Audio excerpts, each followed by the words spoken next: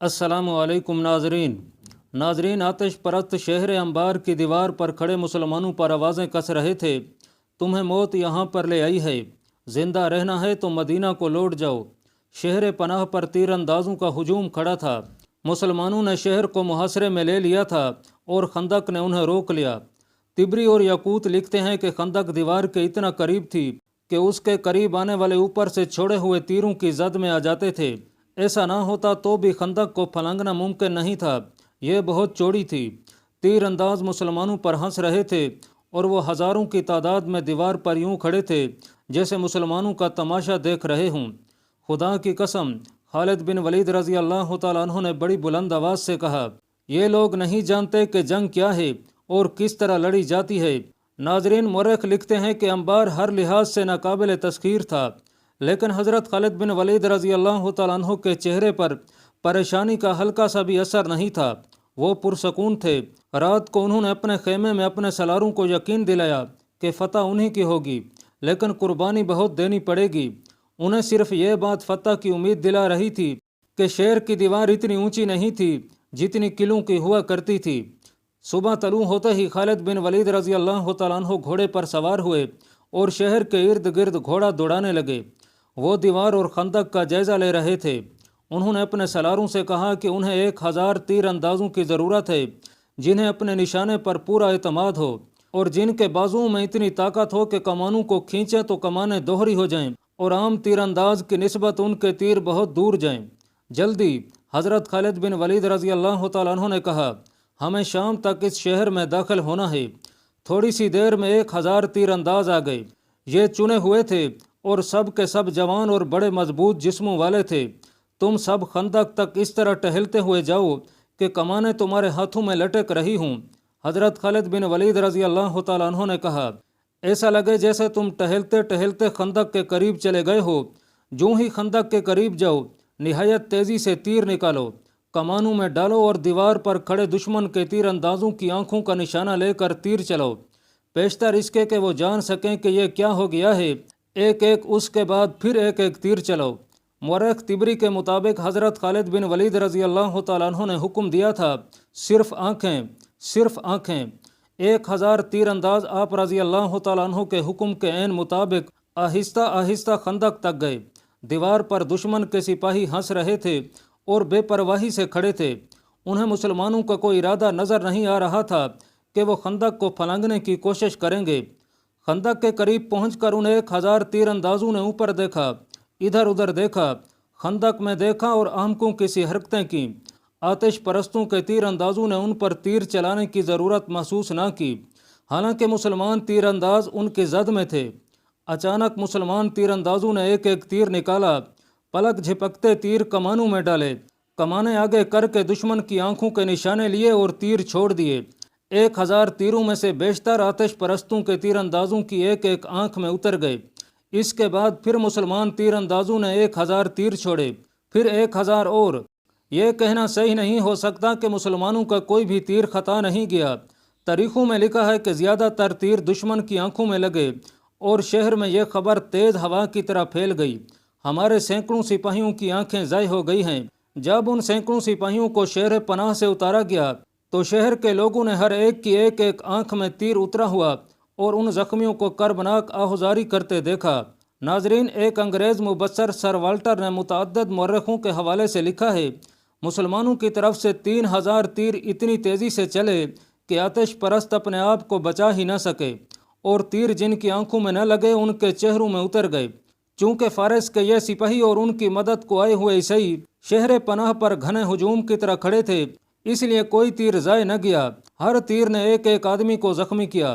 ناظرین، طبری کی تحریر کے مطابق انبار کے محاصرے کو ذات العیون یعنی آنکھوں کی تکلیف بھی کہا جاتا ہے۔ مسلمانوں کے اس وار نے شہر کے لوگوں پر ہی نہیں، فارس کی فوج پر بھی خوف طاری کر دیا۔ مسلمانوں نے تو جادو کا کرتب دکھایا تھا۔ سبات کا آتش پرست حاکم شہرزاد دانش مند اور دور اندیش آدمی تھا۔ اس نے بھانپ لیا کہ اس کی فوج میں لڑنے کا جو جذبہ تھا وہ ماند پڑ گیا ہے۔ اسے یہ بھی احساس تھا کہ اس کی فوج پہلی شکستوں سے بھی ڈری ہوئی ہے۔ چنانچہ مزید قتل و غارت کو روکنے کے لیے اس نے حضرت خالد بن ولید رضی اللہ تعالیٰ عنہ سے صلح کرنے کا فیصلہ کیا۔ اس نے 2 امراء کو قلعے کے باہر بھیجا۔ خندق کے قریب آ کر ان 2 آدمیوں نے مسلمانوں سے پوچھا کہ ان کا سالار اعلیٰ کہاں ہے۔ حضرت خالد بن ولید رضی اللہ تعالیٰ عنہ کو اطلاع ملی تو وہ آ گئے۔ ہمارے امیر شیرزاد نے ہمیں بھیجا ہے۔ شیرزاد کے بھیجے ہوئے 2 آدمیوں میں سے ایک نے حضرت خالد بن ولید رضی اللہ تعالیٰ عنہ سے کہا، ہم آپ سے صلح کرنا چاہتے ہیں، لیکن ایسی شرائط پر جو ہمارے لیے قابل قبول ہوں۔ اگر صلح ہو جائے تو شیرزاد اپنی فوج کو ساتھ لے کر انبار سے چلا جائے گا۔ شیرزاد سے کہو کہ شرطیں منوانے کا وقت گزر گیا ہے۔ حضرت خالد بن ولید رضی اللہ تعالیٰ عنہ نے کہا، اب شرطیں ہماری ہوں گی اور تم لوگ ہتھیار ڈالو گے۔ دونوں آدمی واپس چلے گئے اور شیرزاد کو حضرت خالد بن ولید رضی اللہ تعالیٰ عنہ کا پیغام دیا۔ شیرزاد نے اپنے سالاروں کی طرف دیکھا، ہم اتنی جلدی ہتھیار نہیں ڈالیں گے۔ ایک سالار نے کہا، ہمارے پاس فوج کی کمی نہیں۔ دوسرے سالار نے کہا، مسلمان خندق سے آگے نہیں آ سکتے۔ شیرزاد نے سر ہلایا۔ یہ ایسا اشارہ تھا جس سے پتہ نہیں چلتا تھا کہ وہ شہر کا دفاع جاری رکھنا یا خالد بن ولید رضی اللہ تعالیٰ عنہ کے پیغام پر غور کر کے کوئی اور فیصلہ کرنا چاہتا ہے۔ اس کے سالاروں نے اس کے اشارے کو جنگ جاری رکھنے کا حکم سمجھا اور وہ شہر پناہ پر آ گئے۔ 1000 مسلمان تیر انداز جنہوں نے انبار کے 2000 سے زائد سپاہیوں کی آنکھیں نکال دی تھیں پیچھے ہٹ گئے۔ حضرت خالد بن ولید رضی اللہ تعالیٰ عنہ نے شہر کے ارد گرد ایک اور چکر لگایا۔ اب وہ صرف خندق کو دیکھ رہے تھے۔ انہوں نے خندق پار کرنے کا تہیہ کر لیا تھا۔ ایک جگہ خندق کی چوڑائی کم تھی، لیکن اتنی کم نہیں تھی کہ دور سے گھوڑا دوڑاتے لاتے اور وہ خندق پھاند جاتا۔ حضرت خالد بن ولید رضی اللہ تعالیٰ عنہ کے دماغ میں ایک اور طریقہ آ گیا۔ انہوں نے حکم دیا کہ اپنی فوج کے ساتھ جتنے اونٹ کمزور یا بیمار ہو گئے ہیں انہیں آگے لے آؤ۔ ایسے بہت سے اونٹ تھے جو پورا سامان اٹھانے کے قابل نہیں رہے تھے۔ آپ رضی اللہ تعالیٰ عنہ کے حکم سے ان اونٹوں کو ذبح کر کے خندق میں اس جگہ پھینک دے گئے جہاں خندق کم چوڑی تھی۔ اتنے اونٹ ذبح کر کے خندق میں ترتیب سے پھینک دیے گئے کہ ایک پل بن گیا۔ اللہ رب العزت نے تمہارے لیے گوشت اور ہڈیوں کا پل بنا دیا ہے۔ حضرت خالد بن ولید رضی اللہ تعالیٰ عنہ نے بلند آواز سے کہا، اب ہم خندق کے پار جا سکتے ہیں۔ ناظرین، اونٹوں کا یہ پل ہموار نہیں تھا۔ ان کے ڈھیر پر چلنا خطرناک تھا۔ پاؤں پھسلتے تھے، لیکن گزرنا بڑی تیزی سے تھا۔ اشارہ ملتے ہی پیادہ مجاہدین کودتے پھلانگتے اس عجیب پل سے گزرنے لگے۔ چند ایک مجاہدین پھسلے اور گرے اور وہ پانی میں سے نکل کر اونٹوں کی ٹانگیں گردنیں وغیرہ پکڑتے اوپر آ گئے۔ شہر پناہ سے دشمن کے تیر اندازوں نے تیروں کا مہ برسا دیا۔ ادھر آنکھیں پھوڑنے والے مسلمان تیر اندازوں نے بھی بڑی تیزی اور مہارت سے تیر اندازی جاری رکھی۔ اب ان کی تعداد 1000 نہیں خاصی زیادہ تھی۔ اونٹوں کے پل سے گزرنے والوں میں سے کتنے مجاہدین تیروں سے زخمی ہو رہے تھے، لیکن وہ رکے ہوئے سیلاب کی طرح خندق سے پار جاتے اور پھیلتے رہے۔ مورخوں نے لکھا ہے کہ مسلمانوں کا یہ اقدام غیر معمولی طور پر دلیرانہ تھا۔ وہ زخمی تو ہوئے، شہید بھی ہوئے، لیکن انبار کی فوج پر اس اقدام کا جو اثر ہوا وہ اس کے سپاہیوں کے لڑنے کے جذبے کے لیے مہلک ثابت ہو رہا تھا۔ ان پر مسلمانوں کی دہشت پہلے ہی غالب تھی۔ اب انہوں نے مسلمانوں کا یہ عجیب طریقہ دیکھا کہ اپنے اونٹ ذبح کر کے پل بنا دیا اور تیروں کی بوچھاڑوں میں اس پل سے گزرنے لگے تو دیوار سے برسنے والے تیروں میں کمی آ گئی۔ دشمن کے تیر انداز زخمی ہو کر کم ہو رہے تھے اور ان میں بھگدڑ کی کیفیت بھی پیدا ہو گئی تھی۔ خندق پھلانگنے والا صرف ایک دستہ تھا۔ اس دستے کا جوش و خروش اس وجہ سے بھی زیادہ تھا کہ خود خالد رضی اللہ تعالیٰ عنہ ان کے ساتھ تھے اور سب سے پہلے مرے ہوئے اونٹوں پر سے گزرنے والے خالد رضی اللہ تعالیٰ عنہ تھے۔ تیر ان کے دائیں بائیں سے گزر رہے تھے اور ان کے قدموں میں زمین میں لگ رہے تھے، مگر آپ رضی اللہ تعالیٰ عنہ یوں بے پرواہ تھے جیسے ان پر بارش کے قطرے گر رہے ہوں۔ اللہ اکبر کے نعروں کی گرج الگ تھی اور اس گرج میں اللہ رب العزت کی رحمت اور برکت تھی۔ شہر کے لوگوں کا یہ عالم تھا کہ بھاگتے دوڑتے پھر رہے تھے۔ شہر پناہ سے ان کے زخمی سپاہیوں کو اتارتے تھے تو لوگ ان کی گردنوں میں، چہروں میں اور سینوں میں 1-1، 2-2 اور 3-3 اترے ہوئے دیکھتے تھے۔ زخمیوں کی تعداد بڑھتی جا رہی تھی اور شہر میں خوف و ہراس زیادہ ہوتا جا رہا تھا۔ لوگوں نے چلانا شروع کر دیا، سمجھوتا کر لو، صلح کر لو، دروازے کھول دو۔ شہرزاد کے لیے یہ صورتحال بڑی ہی تکلیف دہ تھی۔ وہ دانش مند آدمی تھا۔ اس نے جب لوگوں کی آہوزاری سنی اور جب بچوں اور عورتوں کو خوف کی حالت میں پناہوں کی تلاش میں بھاگتے دوڑتے دیکھا تو اسے احساس ہوا کہ یہ معصوم بے گناہ مارے جائیں گے۔ انہیں بچانے کا اس کے پاس ایک ہی ذریعہ تھا کہ ہتھیار ڈال دے۔ اس نے اپنے سالار اعلیٰ کو بلا کر کہا کہ وہ مزید خون خرابہ روکنا چاہتا ہے۔ نہیں، سالار اعلیٰ نے کہا، ابھی کوئی فیصلہ نہ کریں، مجھے ایک کوشش کر لینے دیں۔ شہرزاد خاموش رہا۔ سالار اعلیٰ شہر پناہ کے اوپر اپنی سپاہ کی کفیت دیکھ رہا تھا جو بڑی تیزی سے مخدوش ہوتی چلی جا رہی تھی۔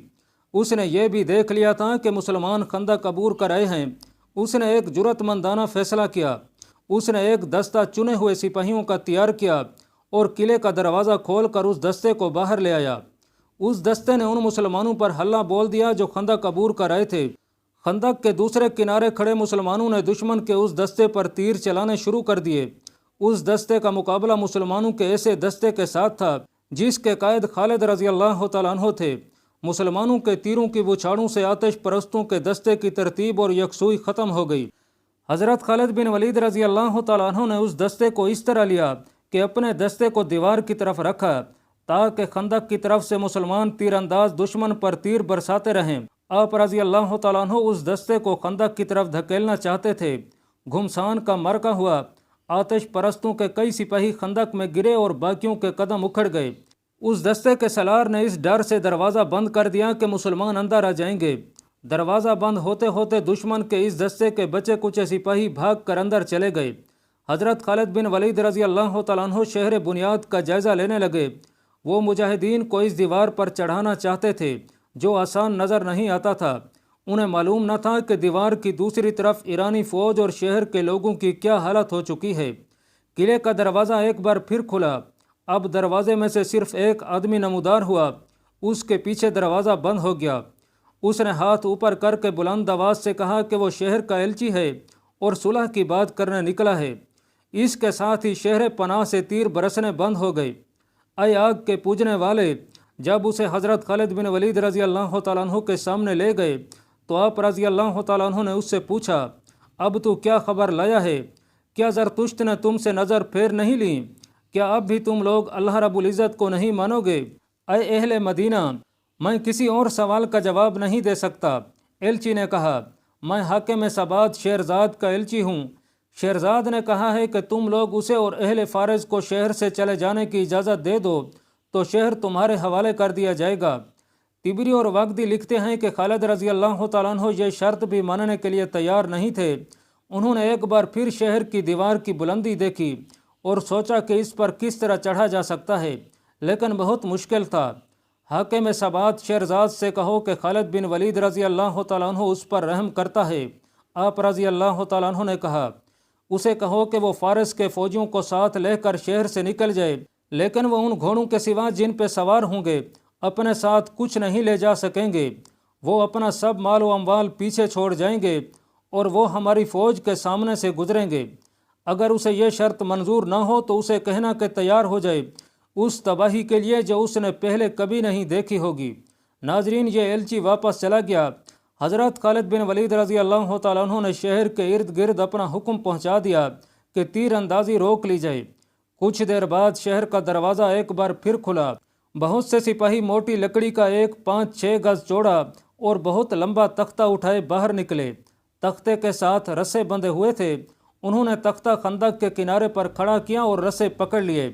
پھر یہ تختہ آہستہ آہستہ خندق پر گرنے لگا اور اس کا اوپر والا سرا خندق کے باہر والے کنارے پر جا پڑا۔ یہ پل تھا جو شہرزاد اور اس کی فوج کے گزرنے کے لیے خندق پر ڈالا گیا تھا۔ سب سے پہلے جو گھوڑا باہر آیا اس کی سج دھج بتاتی تھی کہ وہ شاہی استبل کا گھوڑا ہے۔ اس کا سوار بلا شک و شبہ حاکم سبات شہرزاد تھا۔ اس کے پیچھے اس کی بچی کھچی فوج باہر نکلی۔ پیادے بھی تھے اور سوار بھی۔ ان میں زخمی بھی تھے جو اپنے ساتھیوں کے سہارے چل رہے تھے۔ وہ اپنے مرے ہوئے ساتھیوں کی لاشیں جہاں تھیں وہیں چھوڑ گئے تھے۔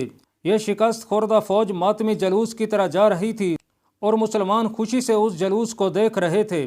کسی نے ان کا مذاق نہ اڑایا، نہ کسی نے فتح کا نعرہ لگایا۔ حضرت خالد بن ولید رضی اللہ تعالیٰ عنہ گھوڑے پر سوار ایک طرف کھڑے دیکھ رہے تھے۔ وہ تھکے ہوئے نظر آتے تھے، لیکن چہرے پر فتح کی رونق اور زبان پر اللہ رب العزت کے شکرانے کے کلمات تھے۔ یہ جولائی 633 عیسوی کا دن تھا۔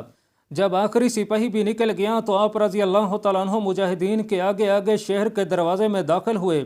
آگے شہر کے عمرا اور روسات دست بستہ کھڑے تھے۔ شہر کے لوگوں کا شور و غل سنائی دے رہا تھا۔